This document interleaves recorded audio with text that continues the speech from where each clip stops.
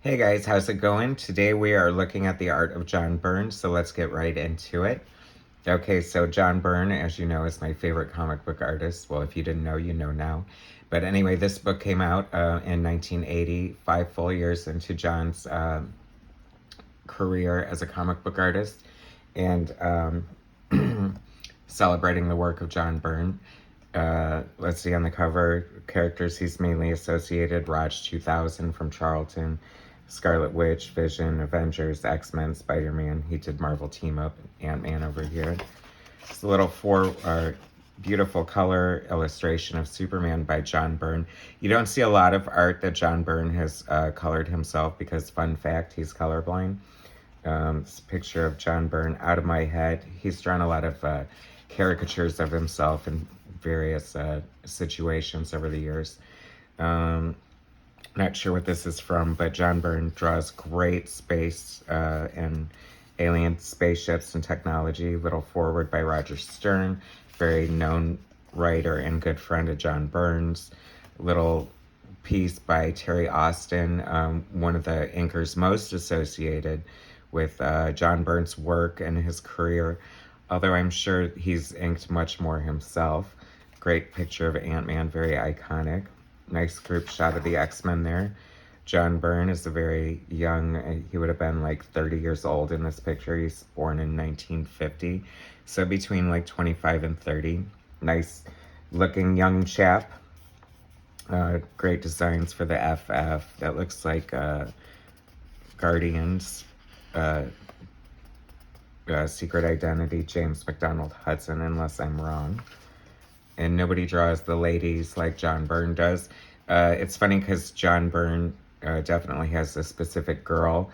And if you look at certain points in his career, you'll see the difference between the Byrne girl with the more rounded face and the longer face. And a lot of people prefer the original one. I know I do, but I mean, I love John Byrne's art. He's a great artist. These are some designs for a what if comic book that never happened.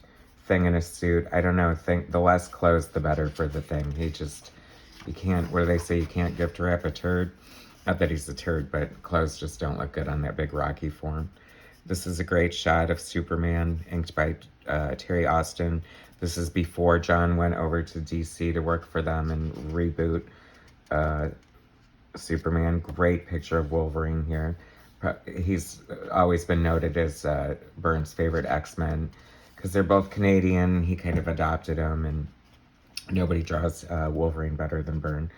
Cool ass shot of the Thing where you can see his skull through that rocky hide. It's interesting and fun to see, how artists might work that thing out. Want to know what's under there, the nuts and the bolts, because I always say you have to know how to draw before you make something before you break it, right? Great shot of Wolverine. He very much was into killing at this stage in his career, and no, he didn't make any bones about it. So I don't think this would fly too well in modern comics. Great shot of Phoenix. I actually had this picture on my birthday cake when I was younger, and they really screwed it up. I was very disappointed. Love his Nightcrawler. One of my favorite shots is Storm. That's funny. Colossus with a rocky hide. Hulk. John Byrne did do a 6-issue run on Hulk after he left Alpha Flight. The worst chapter in my life, him leaving Alpha Flight. And the Hulk he would draw in the book looks different from that one, but cool nonetheless. Some Avengers headshots there. These are really cool alien heads. I don't know if John was just adding these to a sketchbook. He can be very artistic when he wants to. Look at all that master cross-hatching. I just love it. John draws a great Batman, of course. John draws a great everything. Some cool warriors there. They look like they would make some bitchin' Amazons in a Wonder Woman movie. Love this space shot here. This book is great. If you can get your hands on it, I recommend it. It's one of the first art books of Byrne that I probably ever owned as a youngster, and I got many miles out of it. Great Superman shot. Here we come to the sketchbook. This is more exciting. Once again, still from before his departure to DC. Looks like Hulk, Thing, SF, perhaps Star Fox. I love this design. I wish they would have used it. Howard the Duck. Say what you want about Howard the Duck, but he's earned his place in comic history. Great shot of Spider-Woman. I don't know what's going on with Superman there, but this is Jessica Drew. That hair is kind of crazy. This is great, like half Terminator, Robot Woman, Death. Has had the lizard. That's a gnarly looking lizard. I love it. I would have liked to seen that in the comic books. Here's some blood and guts from Byrne, like no one else can draw. Some great stuff here. I just love to see all the little, hatching and scratching and noodling he does. Such great expressions. And there's, no matter how, like, violent or high-tech it is, there's always a slight element of cartoonishness to his work, which I think appeals to a lot of people. I know it appeals to me. Some great shots in here. Love that portrait. This looks like Kitty Pryde, perhaps an older version of Kitty Pryde, because she's looking a little sexy there, huh? Great shots here. I love the way Byrne draws tech. I don't know if he uses a lot of reference or not, but he certainly brings the detail when he does draw tech. Let's see, Cyclops and Jean's sister Sarah, Misty Knight, great afro there. Great stock shot of Wolverine. Phoenix, who doesn't love Phoenix? Lois and Clark. Superman the movie is John Byrne's like ultimate favorite version of Superman, and it shows. I mean, you can see the Margot Kidder and Christopher Reeve in here somewhat.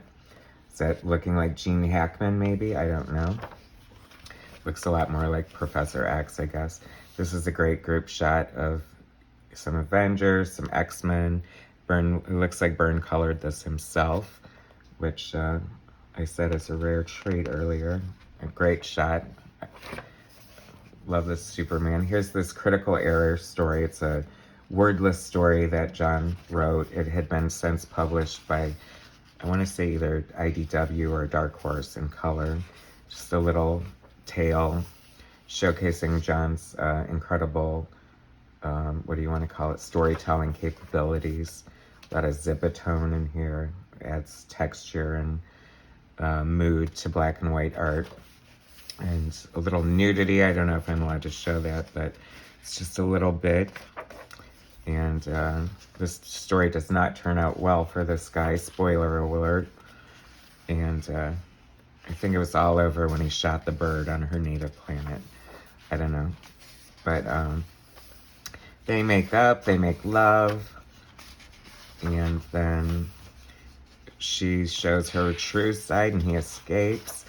And oops, I guess she had his kids. So I wonder if he'd ever do a follow-up to that. That would be cool. Maybe somebody will ask that on his message boards on his website.